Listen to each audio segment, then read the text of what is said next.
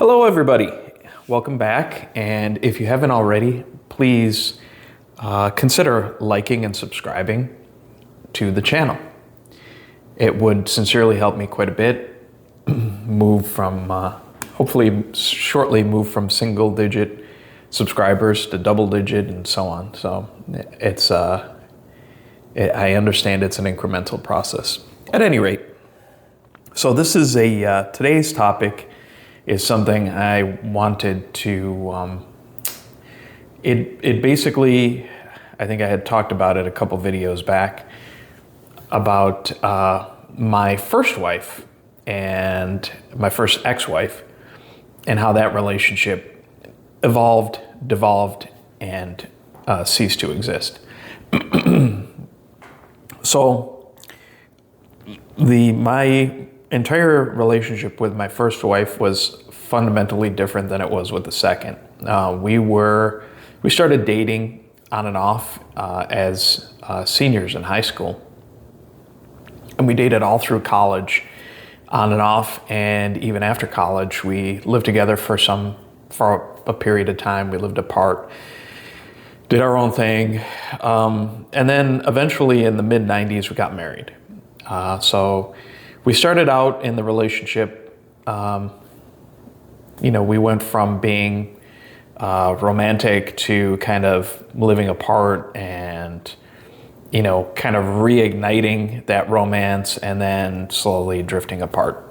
So I think a lot of it we could chalk up to my first ex-wife was a strident feminist in the third wave sense. So. And that all started, of course, we went to school in the 70s and 80s. And so feminism, indoctrination camps, it was not as pronounced as it is now and will be in the future. But nevertheless, it definitely had a toehold in American classrooms. The indoctrination of young girls and young women started early. So, the other thing that contributed greatly to her attitudes around men was her relationship or lack thereof with her father. So her father left their family when my ex was 13, and he had 3 kids. She was the oldest of the 3. And the third was actually newborn when he walked out the door. So basically he knocked up my ex's mother, my ex-mother-in-law, on his way out the door. And so she had a very young child when he left, newborn.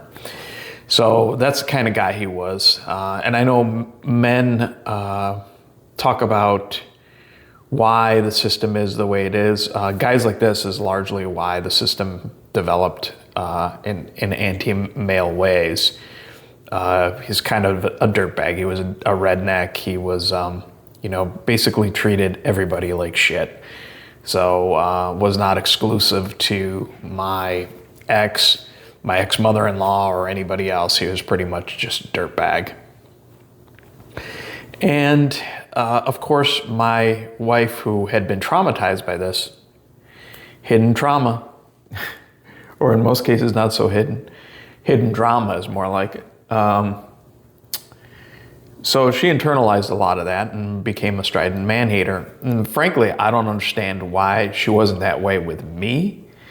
We had started out very warm relationship. I'm not going to say intimate, because she really had a hard time with intimacy, even when I decided to commit to her. And, she was really reticent for a long time. And so I think that's one of the reasons why our relationship never grew beyond that over the years, and why we ended up getting divorced. So there's a lesson in it for all of you men out there. But I will say the opposite, that genuine burning desire isn't necessarily genuine burning desire either. I know my second ex-wife was the polar opposite. We started out with a very intimate relationship, and it was very sexual from the beginning, very hot, and she was always love bombing, and I couldn't get rid of her, and that ended up just as bad, if not worse. So I think the critical component, and the thing that is the same in both of those relationships and some others I've had along the way, is women's lack of ability to really commit, and they're not going to commit to you. I mean, they commit to the idea. So when you get down on one knee and propose, gentlemen, what you're going to get is, a yes, to the old meme of, yes, will you ruin my life? Yes, I will.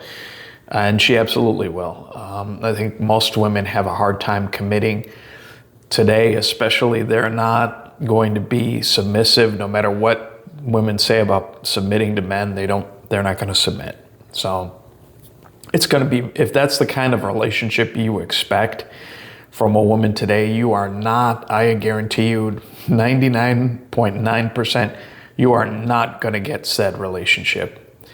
You can sit there on TikTok all day long. I don't have TikTok. I don't have Facebook. I don't have any of the other social media, but I see stuff, coming through feeds and even on YouTube and stuff. Women slapping their men just for pranks and stuff. To me, shit that is, I mean, if my woman ever slapped me, I wouldn't hit her back, but one thing's for sure, she wouldn't be my woman anymore. So I don't understand how men today, it's usually younger guys, how they tolerate that shit. That to me is disrespectful. I think as a human being, forget about husband and wife, as a human being, it's disrespectful for somebody to slap you. Now, if you're pranking somebody and they're kind of sick of that shit, I understand them saying, hey, listen, cut the shit. This is seriously something I don't want in my life. And I get that. Some people carry shit too far. We all know that. At any rate, getting back to the topic at hand. So my first wife, so we ended up getting married in the mid-90s. And we lived apart for some time. We lived together, we lived apart.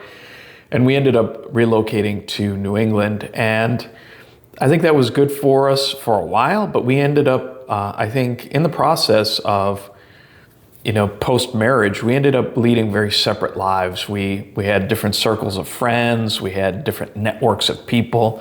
I mean, we were very much, I think you could consider us to be a power couple. We kind of had, we moved in influential circles, but different ones. For her, it was her profession was very different than mine, but she had a big network. She had a lot of friends. She is a person that makes friends easily, and that's good. I mean, that's a good thing. It's a good thing for people like salespeople or politicians or things like that. I guess it's good to make friends. And in her profession, it certainly suited her. I had a wide network of people that I worked with and established, and was very known in my profession. So, things on the surface look very positive, but, we ended up buying a house in the community I worked in, and to be honest with you, that was a big mistake. It was a mistake for the simple reason that it kind of moved her out of her circle, and just for the record, that was not a smoke detector going chirping. had to set a timer.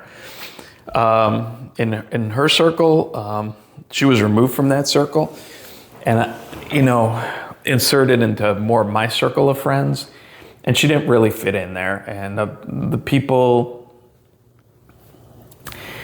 I associate with tend to be a little bit more on the gritty side, and that wasn't her speed. So we continued to drift apart until finally that whole thing just exploded.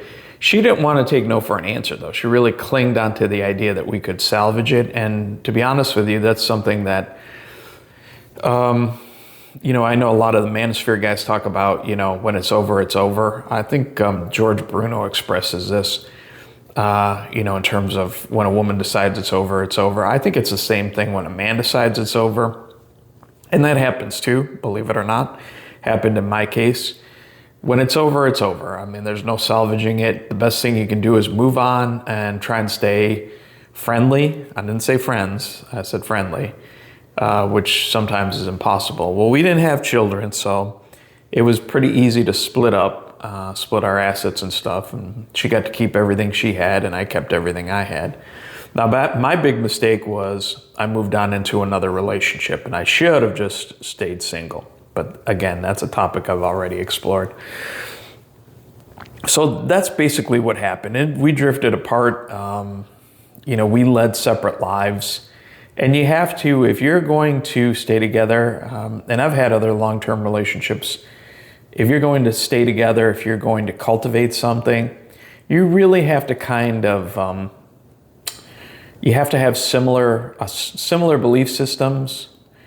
Well, that's another thing I didn't explore. So she was not just a strident feminist, but obviously embraced the whole panoply of progressive thoughts. So, the termination of pregnancies.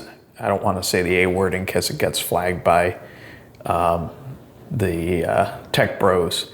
The termination of pregnancies, the whole, the entire gynocentric panoply, the whole LGBTQ rainbow coalition stuff.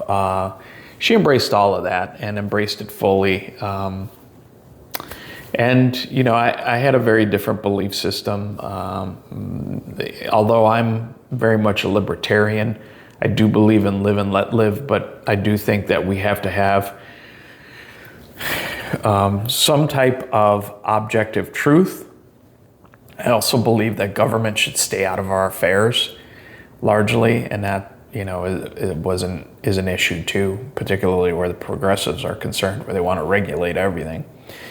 But so we also had that kind of clash of values. So we didn't really have a lot in common. I think the threads that kept us together as long as they did were the fact that we met when we were young, and we knew a lot of the same people. We had a lot of the same experiences.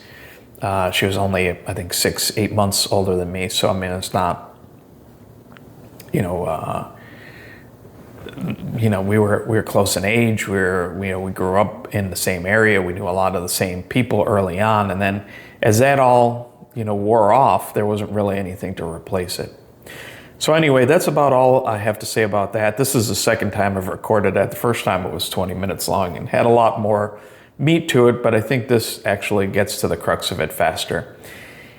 I would appreciate it if you would please consider liking and subscribing, and I will see you all down the road.